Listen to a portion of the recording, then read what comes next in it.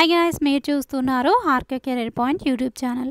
Friends, ఈ వీడియోలో ఈనాటి ప్రముఖ దినపత్రికల్లో వచ్చినటువంటి ముఖ్యమైన ఉద్యోగ వార్తలు మరియు ఈ రోజుకి సంబంధించినటువంటి ముఖ్యమైనటువంటి కరెంట్ అఫైర్స్ అప్డేట్స్ పూర్తిగా చూద్దాము. వీడియోని ఎక్కడ కూడా స్కిప్ చేయకుండా చివరి వరకు చూసినట్లయితే కంటెంట్ మీకు నచ్చినట్లయితే తప్పకుండా వీడియోని అయితే లైక్ చేయండి, మీ యొక్క ఫ్రెండ్స్తో షేర్ చేయండి. డైలీ ఇలాంటి అప్డేట్స్ కోసము మన ఛానల్ని ఫాలో అవుతుండండి.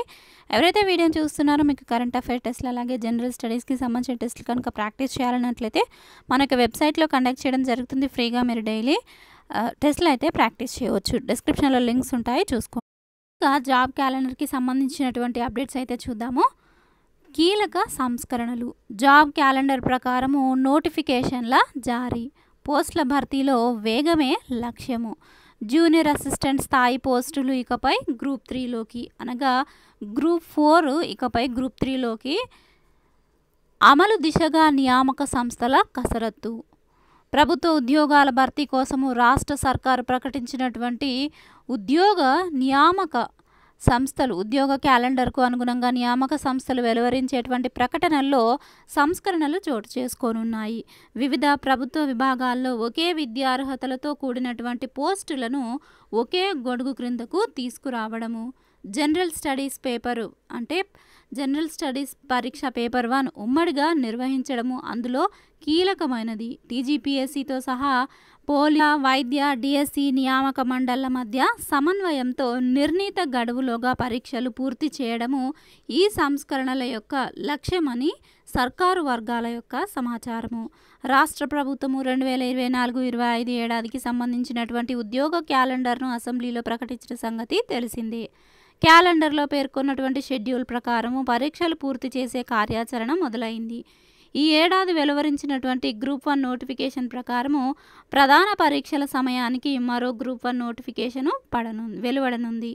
2022లో వెలువడినటువంటి గ్రూప్ 2 ఉద్యోగ ప్రకటనల పరీక్షలు డిసెంబర్లో జరగనున్నాయి. ఈ పరీక్షల తేదీలు కూడా త్వరలోనే వెలువడే అవకాశాలు అయితే ఉన్నాయి.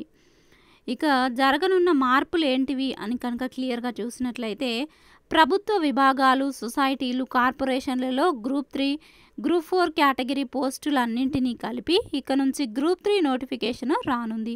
గతంలో జిల్లా స్థాయి గ్రూప్ 4 పోస్టులకు ఇంటర్మీడియట్, రాష్ట్ర స్థాయి గ్రూప్ 3 పోస్టులకు డిగ్రీ అర్హతగా ఉండేది. ప్రస్తుతము గ్రూప్ 3, గ్రూప్ 4 పోస్టులకు ఏదైనా డిగ్రీ అర్హతగా ఉంది. విద్యార్హతలు, పోస్టు, హోదా ఒకటే కావడంతో జూనియర్ అసిస్టెంట్ స్థాయి పోస్టులన్నింటినీ ఒకే గొడుగు క్రిందకి తీసుకురానున్నారు. ఈ పోస్టులకు గ్రూప్ 3 కింద టీజీపీఎస్సీ ఉమ్మడిగా పరీక్ష నిర్వహిస్తోంది.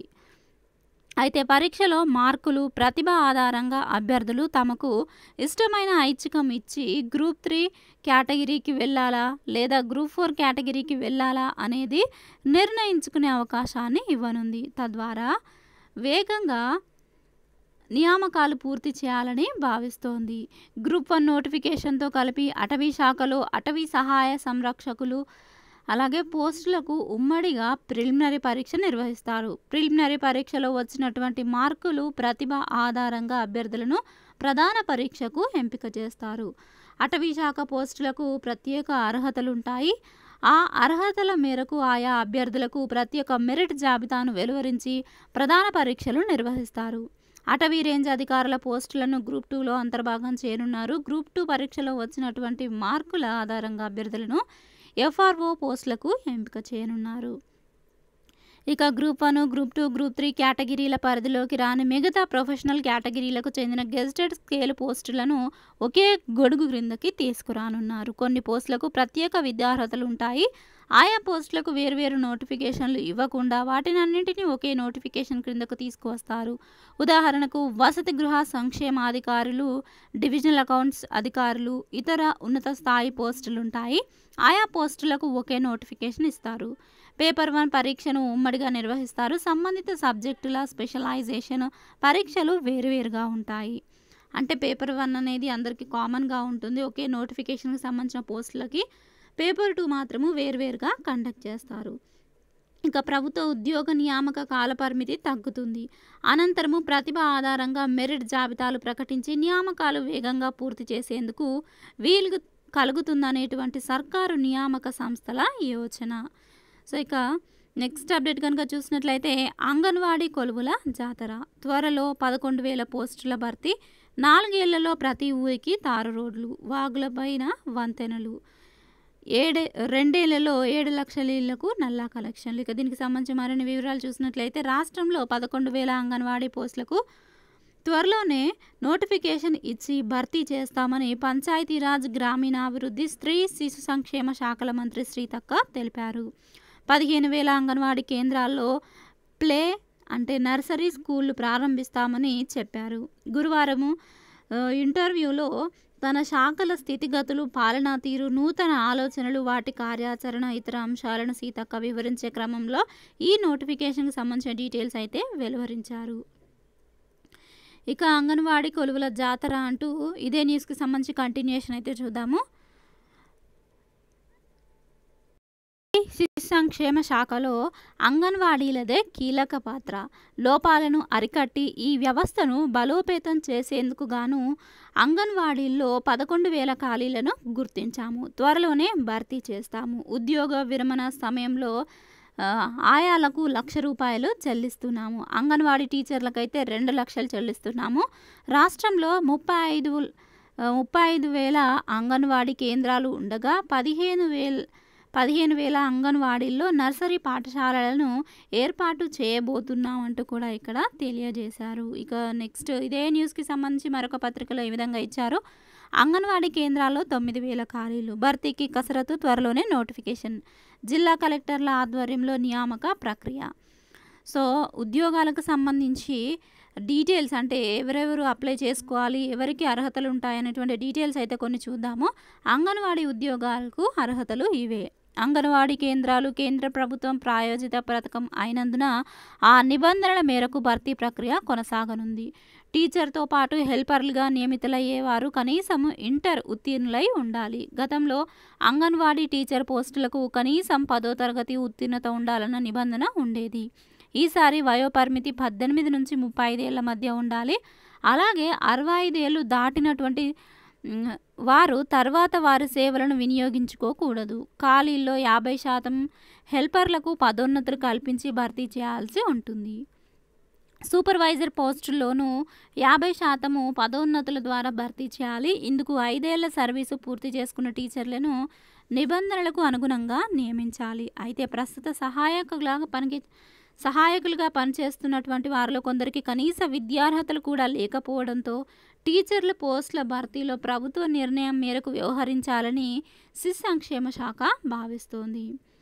సో ఇక నెక్స్ట్ అప్డేట్ కనుక చూసినట్లయితే దసరాకు కొత్త టీచర్లు, 1-2 రోజుల్లో డిఎస్సి ప్రాథమిక కీలు, తుదికి ఖరారు తర్వాత వారం 10 రోజుల్లో ఫలితాల ప్రకటన, సెప్టెంబరు చివరి నాటికి ఉపాధ్యాయ నియామక ప్రక్రియ పూర్తయ్యేటువంటి అవకాశము. ఇక దీనికి సంబంధించి పూర్తి వివరాలు చూసినట్లయితే కనుక రాష్ట్రంలో దసరా నాటికి కొత్త టీచర్లు విధుల్లోకి చేరనున్నారు. సెప్టెంబర్ చివరి నాటికి డిఎస్సి ద్వారా ఉపాధ్యాయుల నియామక ప్రక్రియ పూర్తయ్యే అవకాశం ఉంది. రాష్ట్రంలో 11,062 ఉపాధ్యాయ పోస్టుల భర్తీకి నిర్వహించినటువంటి డిఎస్సి పరీక్షలు ఈ నెల 5వ తేదీతో ముగిశాయి. గత 18వ తేదీన ప్రారంభమైనటువంటి ఈ పరీక్షలను 55 కేంద్రాలలో షిఫ్టుల వారీగా ఆన్లైన్ విధానంలో నిర్వహించారు. డిఎస్సి పరీక్షలు ముగిసిన నేపథ్యంలో ఆయా ప్రశ్నపత్రాలకు సంబంధించినటువంటి ప్రాథమిక కీలను 1-2 రోజుల్లో విడుదల చేయనున్నారు. అనంతరం ప్రాథమిక కీ, ఆ తర్వాత ఫలితాలను వెల్లడించేటువంటి యోచనలో ఉంది. ఇక నెక్స్ట్ అప్డేట్ కనుక చూసినట్లయితే ఇదే డిఎస్సికి సంబంధించి హాజరు శాతానికి సంబంధించిన డీటెయిల్స్ చూద్దాము. డిఎస్సి పరీక్షలకు మొత్తము 2,79,957 మంది దరఖాస్తు చేసుకోగా వారిలో 2,45,263 మంది అంటే 87.61% మంది అభ్యర్థులు హాజరయ్యారు. స్కూల్ అసిస్టెంట్ పోస్టులకు 1,61,745 మంది అప్లై చేసుకోగా 1,37,872 మంది హాజరయ్యారు. ఇక నెక్స్ట్ అప్డేట్ కనుక చూసినట్లయితే ఫిజికల్ డైరెక్టర్ పోస్టులకు ఇకపై నియామకాలు ప్రత్యక్షంగా జరగనున్నాయి. పదోన్నతులతో ఖాళీల భర్తీ అయితే ఉండదు. జూనియర్ కళాశాలల్లో 320 కొలువుల భర్తీకి అవకాశము. ఇక వివరాలు చూసినట్లయితే రాష్ట్రంలోని ప్రభుత్వ జూనియర్ కళాశాలల్లో ఇక 100% ఫిజికల్ డైరెక్టర్ పోస్టులు డైరెక్టర్ రిక్రూట్మెంట్ ద్వారానే భర్తీ చేయనున్నారు. ఇప్పటికే సాధారణ పరిపాలన శాఖ జీవో జారీ చేసినందున ఉన్నత విద్యాశాఖ కూడా అనుమతిని ఇస్తుందని ఇంటర్ విద్యాశాఖ వర్గాలు ఆశాభావంతో ఉన్నాయి. ఇక 2021లో రాష్ట్ర ప్రభుత్వం జూనియర్ కళాశాలల్లో ఖాళీగా ఉన్నటువంటి దాదాపు 320 పీడీ పోస్టుల్లో 30% క్రింద 91 ఖాళీల భర్తీకి అనుమతి ఇచ్చింది. ఆ మేరకు 2022 డిసెంబర్ 28న రాష్ట్ర పబ్లిక్ సర్వీస్ కమిషన్ నోటిఫికేషన్ జారీ చేసింది. వాటికి 2 పీజీల అర్హత ఉండాలని నిబంధన విధించారు. అంటే మాస్టర్ ఆఫ్ ఫిజికల్ ఎడ్యుకేషన్తో పాటు సాధారణ పీజీ కూడా పూర్తి చేసి ఉండాలి. అదే నోటిఫికేషన్లో ప్రభుత్వ పాలిటెక్నిక్ కళాశాలల్లోని 37 ఖాళీలను కూడా కలిపారు. ఇక నెక్స్ట్ అప్డేట్ కనుక చూసినట్లయితే స్థానికతపై ప్రభుత్వము మేల్కోవాలి, ఇప్పటికైనా సమగ్ర విధానము రూపొందించాలి, జీవో 33పై అవసరమైతే న్యాయ పోరాటం చేస్తాము, పంచాయతీలకు వెంటనే నిధులను విడుదల చేయాలి, మాజీ మంత్రి హరీష్ రావు డిమాండ్. ఇక వివరాలు చూసినట్లయితే కనుక విద్యాలయాల్లో ప్రవేశాలకు సంబంధించినటువంటి స్థానికతను నిర్ధారించడంపై ప్రభుత్వము ఇప్పటికైనా మేల్కోవాలని మాజీ మంత్రి హరీష్ రావు డిమాండ్ చేశారు. ఎంబీబీఎస్, బీడీఎస్ ప్రవేశాలకు ప్రభుత్వం జీవో 33 విడుదల చేసిన నేపథ్యంలో బాధిత విద్యార్థుల తల్లిదండ్రులు గురువారం హైదరాబాద్లో హరీష్ రావును కలిశారు. జీవో 33 వల్ల స్థానికత కోల్పోతున్నటువంటి తెలంగాణ విద్యార్థులకు న్యాయం చేయాలని కోరుతూ సిసిఐ జాతీయ కార్యవర్గ సభ్యుడు వెంకటరెడ్డి గురువారం వైద్య ఆరోగ్య శాఖ మంత్రి దామోదర రాజనరసింహకు లేఖ రాశారు. ప్రభుత్వ నిర్ణయంతో తెలంగాణలో పుట్టి పెరిగినటువంటి విద్యార్థులకు అన్యాయం జరుగుతుందని, 12 ఏళ్లు కష్టపడి చదివి ర్యాంకు సాధించినటువంటి విద్యార్థులకు నష్టం జరుగుతుందని వెల్లడించారు. ఇక ప్రభుత్వం ఈ విషయంలో ఏ నిర్ణయం తీసుకోనుంది అనేది వేచి చూడాల్సి ఉంది. ఇక నెక్స్ట్ ఈ రోజుకి సంబంధించినటువంటి ముఖ్యమైన కరెంట్ అఫైర్స్ అప్డేట్స్ అయితే చూద్దాము. ముందుగా సైన్స్ అండ్ టెక్నాలజీకి సంబంధించినటువంటి బిట్స్ చూద్దాము. చంద్రుడిపై లైఫ్ బ్యాంక్. ఫ్లోరిడా అంతరించిపోతున్నటువంటి దశలో ఉన్నటువంటి 10 లక్షల జాతులు, జీవరాశులను బతికించాలన్న ఉద్దేశంతో శాస్త్రవేత్తలు చంద్రుడిపై లైఫ్ బ్యాంకు ఏర్పాటు చేయాలని సంకల్పించారు. చంద్రుడిపై ఆవాసం ఏర్పాటు చేసే దిశగా చర్యలు తీసుకుంటున్న నేపథ్యంలో భూమిపై ప్రమాదంలో ఉన్న జీవాల కణాలను చంద్రుడిపైకి తరలించి వాటిని రక్షించాలని నిర్ణయించారు. దీనిలో భాగంగా డిఎన్ఏ, విత్తనాలు, కణాలు, కణజాలాలను ధ్రువ నైట్రోజన్ను ఉపయోగించి ఘనీవింపజేసి చంద్రుడిపైకి తరలిస్తారు. చంద్రుడి ఉపరితలంపై ఎలాగూ ఉష్ణోగ్రత 180 డిగ్రీల నుంచి 230 డిగ్రీలు ఉంటుంది కాబట్టి జీవ పదార్థాలు భద్రంగా ఉంటాయని శాస్త్రవేత్తలు భావిస్తున్నారు. ఇక నెక్స్ట్ కరెంట్ అఫైర్స్ చూసినట్లయితే 2040 కల్లా చంద్రుడిపై కాలు మోపడమే లక్ష్యము, ఇస్రో చైర్మన్ ఎస్ సోమనాథ్ వెల్లడి. వివరాలు చూసినట్లయితే ప్రధాని మోదీ మార్గనిర్దేశము, చంద్రయాన్ 3 స్ఫూర్తితో 2040 కల్లా చంద్రుడిపై కాలు మోపడమే లక్ష్యమని ISRO chairman doctor yes Somnath అన్నారు. ఆగస్టు 23న జాతీయ అంతరిక్ష దినోత్సవం సందర్భంగా తిరుపతి జిల్లాలోని చంద్రగిరి వద్దనున్నటువంటి మోహన్ బాబు యూనివర్సిటీలో కొనసాగుతున్న వేడుకల్లో గురువారం ఆయన పాల్గొన్నారు. శ్రీహరికోటలోని షార్ గాదంకిలోని జాతీయ వాయుమండలీయ పరిశోధన సంస్థ నార్ల్ సంయుక్త ఆధ్వర్యంలో ఈ కార్యక్రమము కొనసాగుతుంది. ఈ కార్యక్రమం సందర్భంగా ఈ ప్రకటనలు చేసినట్లుగా ఇక్కడైతే చూడవచ్చు. ఇక నెక్స్ట్ కరెంట్ అఫైర్స్ చూసినట్లయితే 26న స్పేస్ ఎక్స్ పోలారిస్ డాన్ ప్రయోగము. ప్రైవేట్ రంగ అంతరిక్ష సంస్థ స్పేస్ ఎక్స్ ఆగస్టు 26న చారిత్రాత్మక ప్రయోగాన్ని చేపట్టబోతుంది.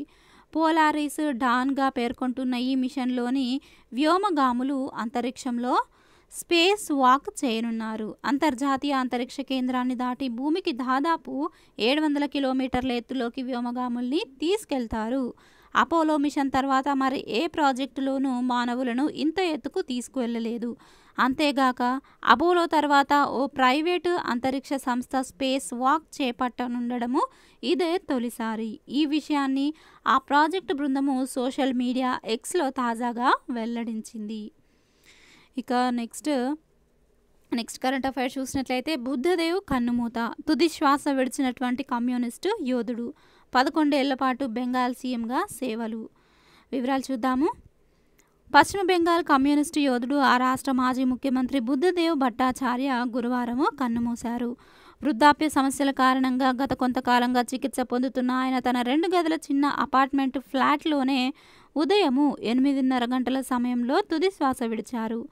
ఆయనకు భార్య, కుమార్తె సుచేతన ఉన్నారు. జ్యోతి బసు వైదొలిగిన తర్వాత 2000 సంవత్సరంలో నవంబర్లో బెంగాల్ 7వ ముఖ్యమంత్రిగా బుద్ధదేవ్ బాధ్యతలు చేపట్టారు. లెఫ్ట్ ఫ్రంట్ ఓడిపోయిన 2011 వరకు ఆయన ఆ పదవిలో కొనసాగారు. 2011లో 34 ఏళ్ల లెఫ్ట్ పాలన ముగిశాక ఆయన బయట పెద్దగా కనిపించడం మానేశారు. మొత్తంగా 7వ ముఖ్యమంత్రిగా పనిచేసినటువంటి బుద్ధదేవ్ గారు కన్నుమూయడం అయితే జరిగింది. ఇక నెక్స్ట్ కరెంట్ అఫైర్స్ చూసినట్లయితే కనుక హాకీలో కాంస్యము స్పెయిన్పై 2-1తో భారత్ విజయభేరి. 2 గోల్స్ చేసిన హర్మన్ ప్రీత్ వరుసగా 2వసారి ఒలింపిక్స్లో పతకము. ఇక దీనికి సంబంధించిన మరిన్ని వివరాలు పీడిఎఫ్లో చదువుకొని డిస్క్రిప్షన్లో లింక్ ఇస్తాను. ఇక నెక్స్ట్ రెజ్లింగ్కు వినేష్ ఫోగాట్ గుడ్ బై. పూర్తిగా అలసిపోయాను. మీ కళ నా ధైర్యము విచ్ఛిన్నమయ్యాయి. ఇక నాకు పోరాడే బలం లేదు. అందుకే ఆట నుంచి తప్పుకుంటున్నాను అంటూ వినేష్ భావోద్వేగ పోస్టు. భారత స్టార్ మహిళా రెజ్లర్ వినేష్ ఫోగాట్ అనూహ్య నిర్ణయం తీసుకుంది. రెజ్లింగ్ నుంచి తప్పుకుంటున్నట్లుగా గురువారం ఎక్స్ వేదికగా వెల్లడించింది. దీనికి సంబంధించిన మరిన్ని వివరాలు పీడిఎఫ్లో చదువుకోండి. నెక్స్ట్ కరెంట్ అఫైర్స్ చూద్దాము. తెలంగాణలో పెరిగినటువంటి అటవీ విస్తీర్ణము. దేశంలో గత 10 ఏళ్లలో 1700 చదరపు కిలోమీటర్లు తగ్గినటువంటి అటవీ భూమి. వివరాలు చూసినట్లయితే దేశంలో గత 10 ఏళ్లలో వివిధ అభివృద్ధి కార్యక్రమాలు చేపట్టేందుకు 1700 చదరపు కిలోమీటర్లకు పైగా అటవీ ప్రాంత భూమిని కోల్పోయామని కేంద్ర ప్రభుత్వము వెల్లడించింది. అయితే తెలంగాణ మరికొన్ని రాష్ట్రాల్లో అటవీ ప్రాంత విస్తీర్ణం పెరిగినట్టు పర్యావరణ అటవీ శాఖ మంత్రి భూపేంద్ర యాదవ్ వెల్లడించారు. అరుణాచల్ ప్రదేశ్, మణిపూర్, నాగాలాండ్, మిజోరాం, మేఘాలయ రాష్ట్రాల్లో అటవీ విస్తీర్ణం తగ్గిందని చెప్పారు.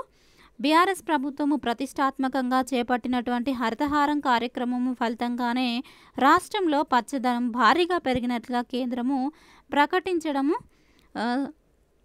ప్రకటించడం ద్వారా స్పష్టమవుతుంది అన్నట్లుగా ఇక్కడ తెలియజేశారు.